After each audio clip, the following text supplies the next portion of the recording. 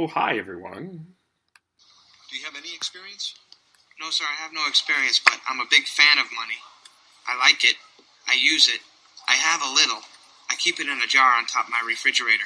I'd like to put more in that jar. That's where you come in. That is a scene from The Wedding Singer. That was the job interview scene between Adam Sandler and Kevin Nealon. I don't know if you heard that on Facebook Live. So welcome to Facebook Live, youtube.com, Kevin Olenick, soundcloud.com, Kevole, Spreaker.com, Kevole.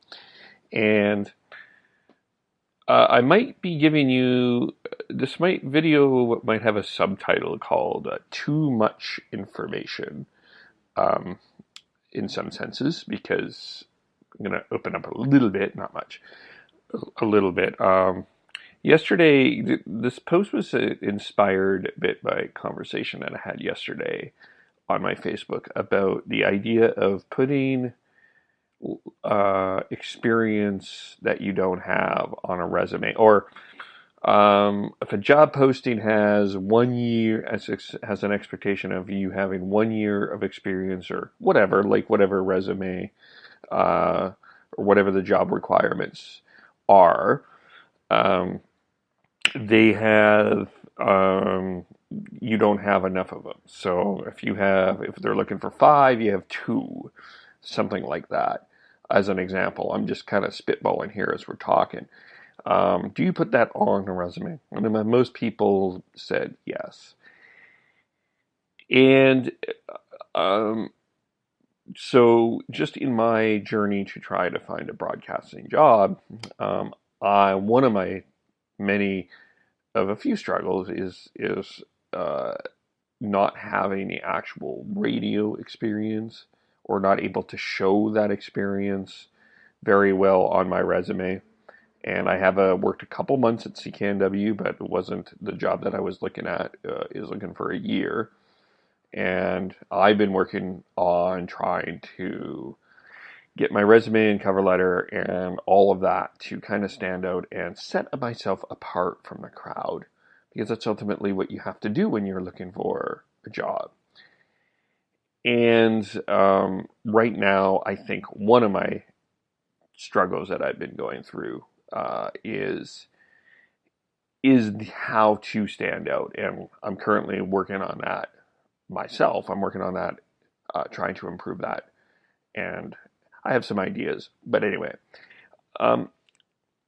when I was working at SAID, I helped out. And by the way, this is weird considering the position I'm in. I was helping people get jobs. We did some employment workshops.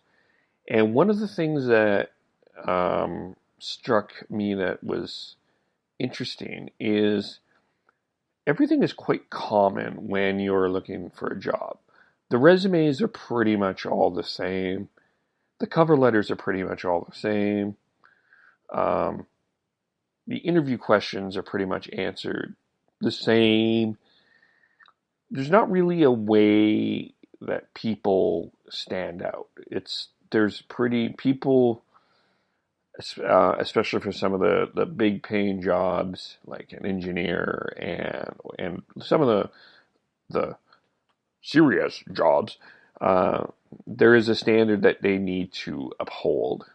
Of course, for creative jobs like graphic designer and stuff, there are ways that you do need to stand out, and some are way better at that than others.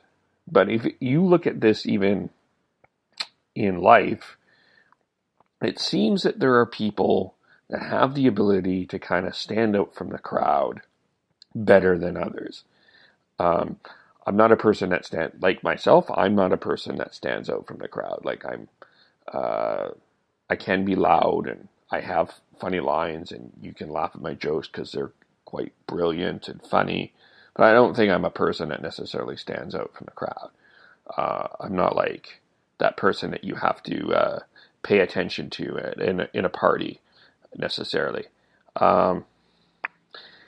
But there are people that do, and I'll give a couple of examples that do it pretty well. Like I mean, I have never met Marissa Lohan, and I don't know if she's ever going to watch this video, but she's one person when I think about this that comes to mind. Marissa is a person that does a lot of local shopping exhibitions in Edmonton through Etsy. If you follow her on her Facebook and her Twitter, she just has a way of naturally standing out. She just brings a presence about her. It's really hard to explain what I see, but she does. She just has a presence about her. She has a way that separates her so much differently than everybody else. If those who follow Kathleen Smith on Facebook and Twitter, she also has a way of standing out, clearly has a way of standing out.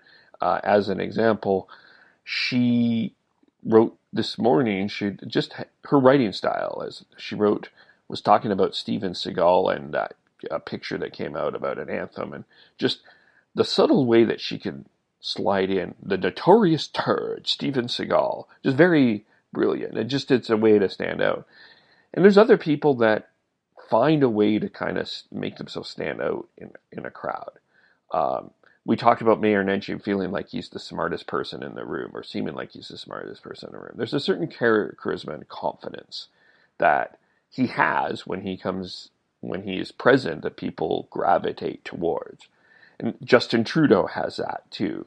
I know some of you hate Justin Trudeau, and that's fine, but I'm just talking about people with a personality. Barack Obama also had that. Probably Donald Trump has that too in a odd way.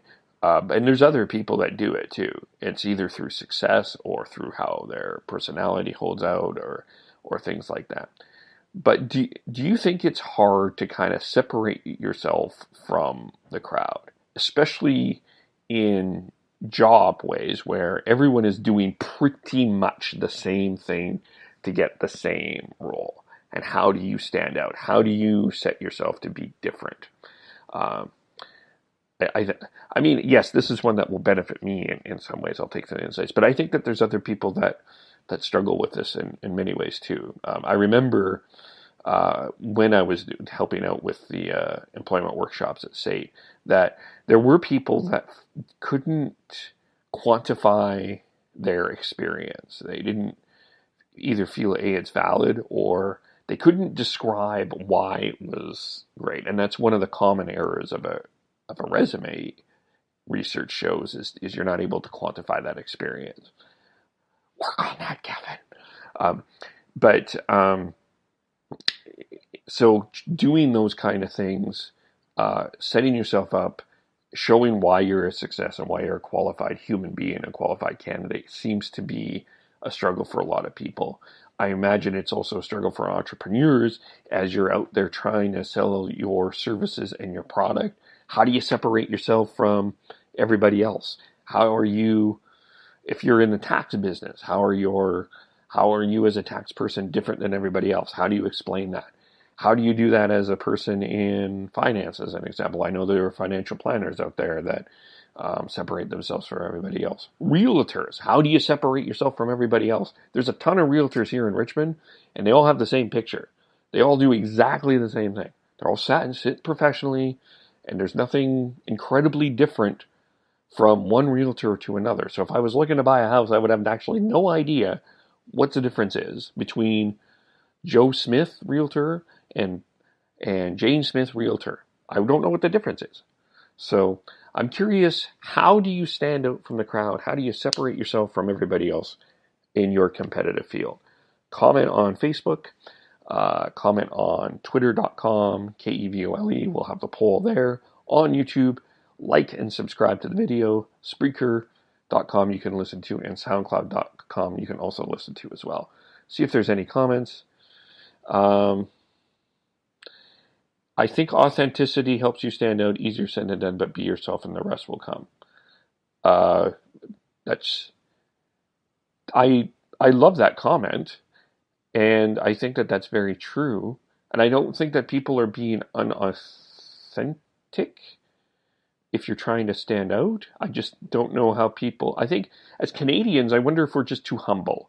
I'm going to write down in the comments as we're talking. Are we as Canadians too humble? maybe. Or are we as people too humble about ourselves and we don't like to really brag, but we're like into humble brag? I wonder if that has a lot to do with that. And yeah, so we'll talk about that, and hope you're having a great day and whatever you do, coaching, even things like that. And talk to you soon. Bye for now.